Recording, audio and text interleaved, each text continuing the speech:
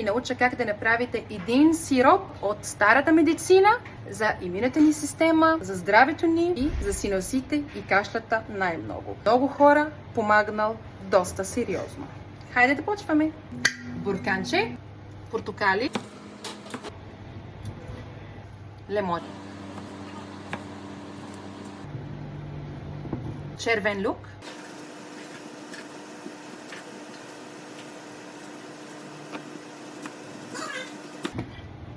чесън, жинджифил, половината тая глава, такова филийки,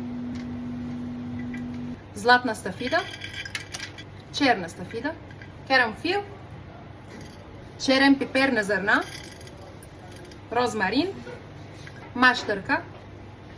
Трябва да криеме това чудо с два вида оцет. Ябълков, розово.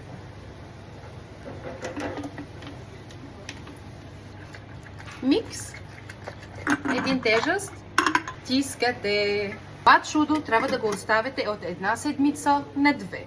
В студено място взимаме само сиропът от това чудо и го миксираме или с захар, или с мед преди употребата. Мед най-добрият вариант. Може да стои в хладилника за 2 години, сухо място, сух буркан и надявам се наистина да помага на вас.